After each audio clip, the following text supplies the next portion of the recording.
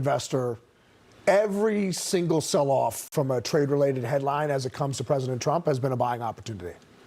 Going back 7 years, every single one of them. I bought some Ethereum on Friday night because there was absolute total crypto destruction to a lot of levered longs on Friday nights. Already seeing a little nice healthy return off of that bounce. But look, President Trump always tries to negotiate from a position of strength. With that chaos, with maximum chaos, you create maximum leverage. And so this is the world that he lives in. And after that carnage starts happening and saying, I'm going to do this tariff and that tariff and this tariff, you have buttons to push as it pertains to China, where the flip side is China has buttons to push with us as well. And this rare earth minerals is absolutely one of their essential for defense products, for batteries. And it's not the minerals themselves, it's the refining capacity. And China has, as much as 95% of the world's refining capacity. And so, there's a Defense Department goal to get capacity up online, additional capacity up online by 2027. We'll see if that happens, but I'm glad to see markets coming back. I think we'll ultimately reach a amicable end with the Chinese government, even though they are somewhat of an enemy, but there's just too much money to be had. Okay, so Jonathan, jump in here because Michael's saying, maximum chaos gives you maximum that. How do you set yourself up for that? How do you think about that? How do you not have a Trump Truth Social dependent portfolio? How do you think about days like Friday, knowing we often get Mondays like this Monday? Well, look, you always need to have some cash, right? So you can't buy the dip if you're 100% invested, right? And my opinion is you always have your names that you love, that you're trying to add to. So Palantir is a name that I have ridden, since sub 20. It's now $180. If that stock sells off to 150 or 140 on an ugly day, here's an opportunity to add to that position for someone who might not have been able to participate in that. We didn't get that sell-off there. Ethereum is on a one-way ticket to the moon. We were close to 5,000. I bought some at roughly 3,700 on Friday. So I use it as an opportunity for crypto because the leverage inherent in cryptocurrency with the futures trading, and I think Coinbase came out with 50x levered futures over the weekend so people could double down and make back what they lost.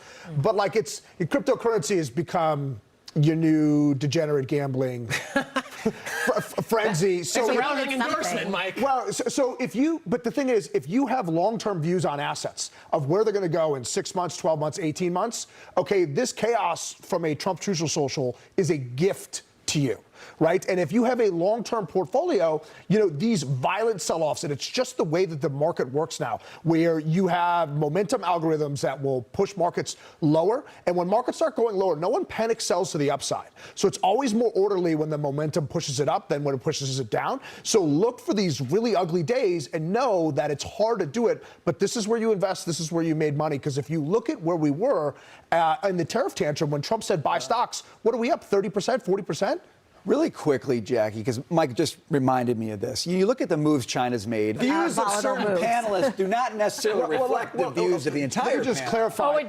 I know whose it does, but I'm just saying. I will clarify that you need to use that degenerate gambling against these people, because if you're a long-term investor, okay, they are going to get blown up periodically. It's not a matter of if, it's a matter of when. And when these degenerates get blown up, that's your opportunity to enter the market. That was me on Friday afternoon while my family's trying to talk to me. I'm on my phone trying to buy the dip. Yep. So it worked this time. Here's what bothers me. Dog park. Well, look, Donald Trump, if you remember the original argument in 2015, why do you want a businessman as president? It's because in the private sector, you need to accomplish things.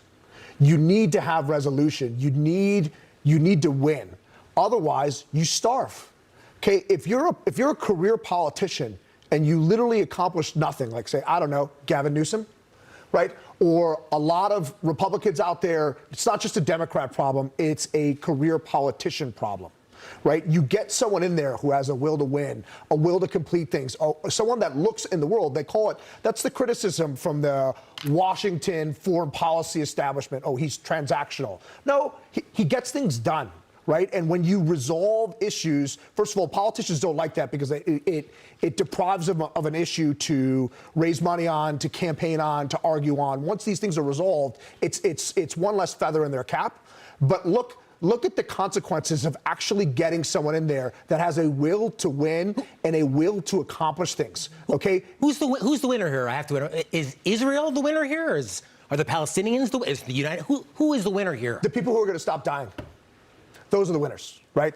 Those are the winners, right? And maybe this isn't the best solution for Israel. This isn't the best solution for the Palestinian people. This isn't the best solution for the Israel states. But if the fighting stops and people stop dying, and now we can put together some sort of commerce, and the leaders of these Arab states can stop thinking about jihad and killing Jews and can start thinking about just living a peaceful life and tying themselves together with commerce and trade, then everyone wins. Yes, I think everybody does win. Everybody in that is pretty firm on his footing here. He's not going to allow the Democrats to hold him or this government hostage. He's taking the opportunity to clean some house at the same time with fair warning. So for him, it seems like a win-win. Schumer says the Democrats are winning here. I don't see how that is.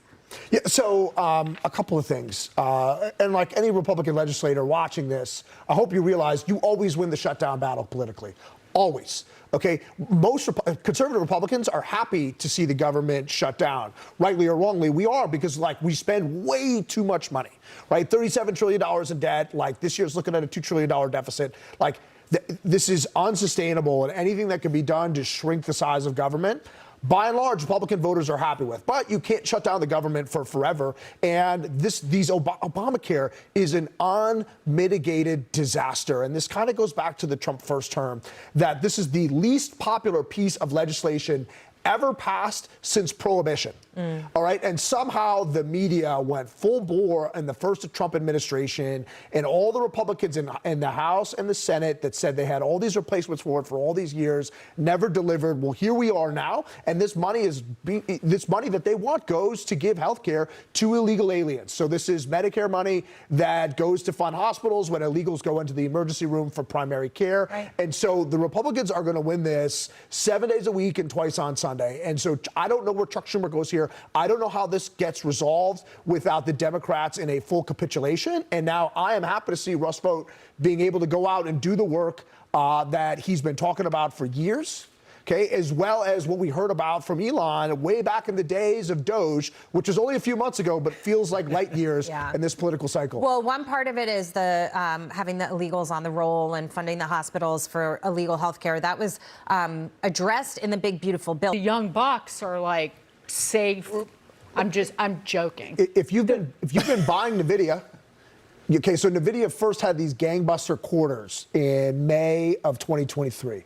If you've been buying it since then, do you know how much money you've made? If you've been buying Tesla for the last 10 years, okay, Robinhood came out, this is 10 years ago, where you could buy fractional shares. So if you had 20 bucks or 50 bucks, you could buy a fractional share. So if you've been dollar cost averaging into Tesla, do you know how much money you've made?